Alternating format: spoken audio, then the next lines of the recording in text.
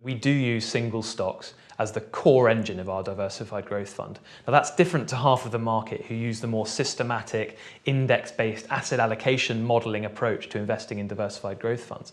We're very, very key to keep it fundamental and keep the process simple. So single stocks form the basis of that process.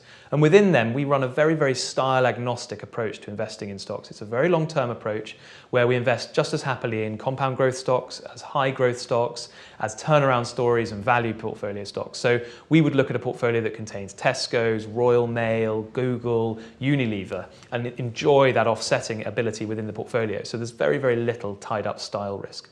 Alongside that, we use the non-equity investments like currencies, commodities, gold, and things like that, and bonds to offset the risk within our equity portfolio and to add an incremental yield and return to the portfolio. So you end up with something that feels like a long-term real return that's similar to equity markets with around a third of the risk. So about 50% of the portfolio will always be allocated to non-equity investments, and it's a very key part of our portfolio. We truly believe the engine of growth within the portfolio will be these single stock equities that we have, where we've generated alpha over the long term in a relatively consistent way. But the non-equities take it even further. So we have half the portfolio invested with equity risk, but by adding non-equity investments such as bonds, inflation-linked bonds, and currencies at the moment, we further reduce that risk so that our drawdowns in the market have tended to be around a quarter or a third as much as the market, while our returns through time have kept up with stock market returns. So the fund's had a very good start. Over the last 18 months, we're up around 11%, which is ahead of stock markets and ahead of our main peers who are sort of broadly flat to down 5% over the same period. So we're very, very pleased with the return of the fund. The objectives, as we say, is to try and beat inflation by a meaningful margin over the rolling 3-year period. And by meaningful, we really mean sort of 3 to 5%. Given global inflation's been around 2%, we're therefore doing very well compared to that market target.